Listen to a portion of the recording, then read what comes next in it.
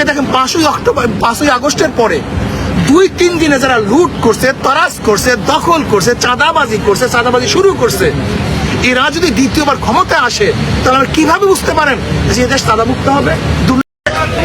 যে ভারসাম্যহীন একটা পরিবেশ চলতেছে সেটা শক্তিশালী করার জন্য প্রশাসনকে শক্তিশালী করবে, যেন প্রশাসন অকুচালো না থাকে। যেখানে প্রশাসনে যত ত্রুটি বিচ্যুতি আছে ঢেলে সাজাবার জন্য পরামর্শ দিয়েছে। হুজুর, সবাই যৌক্তিক সময়ে নির্বাচন চাচ্ছে, আপনারা আসলে কি চেয়েছেন? আমরা যৌক্তিক সময় নির্বাচন চাচ্ছি। সেই যৌক্তিক সময়টুকু কতটুকু? দেখেন, এটা যৌক্তিক সময় তো বলছি যখনই পরিবেশ সৃষ্টি হবে। এটা আজকেও হতে পারে, কালকেও হতে পারে, 6 মাসে হতে পারে, 1 বছরে হতে পারে। আমরা বলছি যেন জনগণ অস্থির না হয়ে যায়, জনগণ অস্থির হওয়ার আগেই যেন নির্বাচন প্লেস করা হয়, এটা আমাদের থেকে বলছি। আমরা সংস্কার চেয়েছি যেখানে কোনো দুর্নীতি থাকবে না।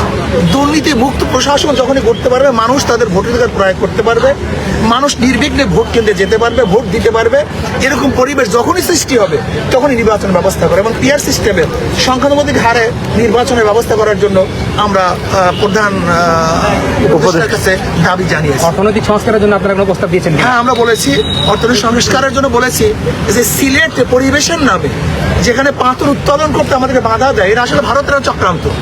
আমাদের দেশ থেকে আমরা পাথর তুলবো, সেখানে পরিবেশের কি আছে?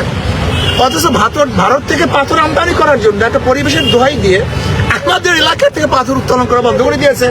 আমরা বলছি এইটা আপনার জলদি ছেড়ে দেন, সেখান থেকে আমাদের বিশাল একটা বেনিফিট আসবে, অর্থ আসবে।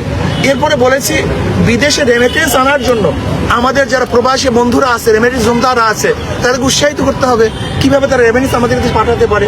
অপচয় বন্ধ করতে হবে।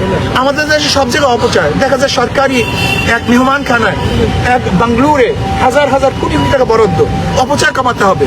যদি আমরা অপচয় কমাতে পারি, আমাদের অনুযায়ী যদি আমরা বন্টন করতে পারি, আমার বাবার আছে 100 টাকা, যদি বরাদ্দ করি 150 টাকা চুরি করতে হবে। কাজে বাংলাদেশের যেই পরিমাণের অর্থ আছে সেই পরিমাণে বরাদ্দ করা, অতিরিক্ত না করা। সেইভাবে যদি আমরা সুষম বন্টন করতে পারি তাহলে আশা করা যায় ইনশাআল্লাহ বাংলাদেশ সুন্দর হবে এবং অর্থনীতি পাচারকৃত অর্থ ফেরত আনার ক্ষেত্রে আপনারা কোনো প্রস্তাব দিয়েছেন কিনা? কোনটা? পাচারকৃত অর্থ।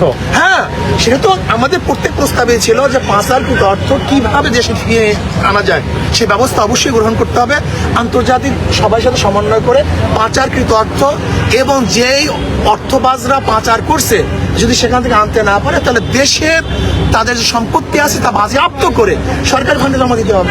নির্বাচন কমিশন সংস্কার দুইটা বিষয়, একটা বিষয় হচ্ছে নির্বাচন কমিশনের বর্তমান হাবু আউয়ালকে অবশ্যই পদত্যাগ করতে হবে এবং যারা 14, 18 এবং 24-এর নির্বাচন উপহার দিয়েছে, রাত্রের ভোট দিয়েছে এবং যারা প্রশাসনের নির্বাচন উপহার দিয়েছে তাদেরকে অবশ্যই বিচারের আওতায় আনতে হবে। দুইটা বিষয়, একটা হচ্ছে নির্বাচন নিয়ে কি আলোচনা হয়েছে, আর দ্বিতীয় বিষয় গতকালকে আপনাদের যে সম্মেলন হয়েছে সেখানে আপনারা জামাত ঐক্যের আহ্বান, এই বিষয়টা কি জামাতকে আসলে কোনো সাড়া দিয়েছে কিনা? না, আমরা বলেছি জামাতের সাথে হক্কানি উলামায়ে কেরামের সামনে যে বিরোধ আছে, যে ইখতিলাফ আছে, মতানৈক্য আছে, জামাতের এখন সুবর্ণ সুযোগ।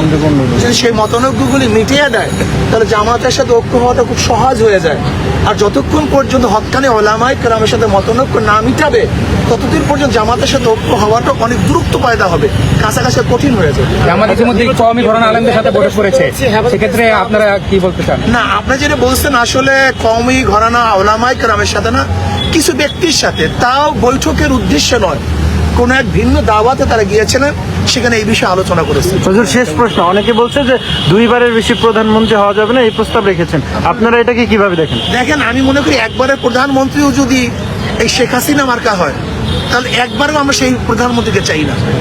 আর যদি আদেল, ইনসাফগার, ন্যায়পরায়ণ, মানুষের সেবক, মানুষের উন্নয়ন করতে পারে, দেশের উন্নয়ন করতে পারে, এরকম প্রধানমন্ত্রী বারবারও হয়তো সমস্যা কি, কিন্তু আমাদের সমস্যা হলো দুর্নীতি। আমরা যেই আমাদের যে দর্শন লালন করতে, দর্শনটা মধ্যে ভুল। আমি দর্শনটা দেবো নাকি 1 মিনিটে? এক ব্যক্তির নাম এ, এক ব্যক্তির নাম বি, এক ব্যক্তির নাম সি, 3 জনের চোখ, ক্ষমতা এ, সে কি করবে? চুরি করবে। হটাও এ, বসালাম বি, সে কি করবে? চুরি করবে। হটাও বি, বসালাম সি, সে কি করবে? চুরি করবে। কারণ হলো ব্যক্তির পরিবর্তন হয়েছে, দলের পরিবর্তন হয়েছে, নীতি আদর্শ পরিবর্তন হয় নাই। ওসি পরিবর্তন হয়, ঘুষের পরিবর্তন হয়েছে। আপনার এসপি পরিবর্তন হয়, ঘুষের কি পরিবর্তন হয়েছে? কারণটা কি?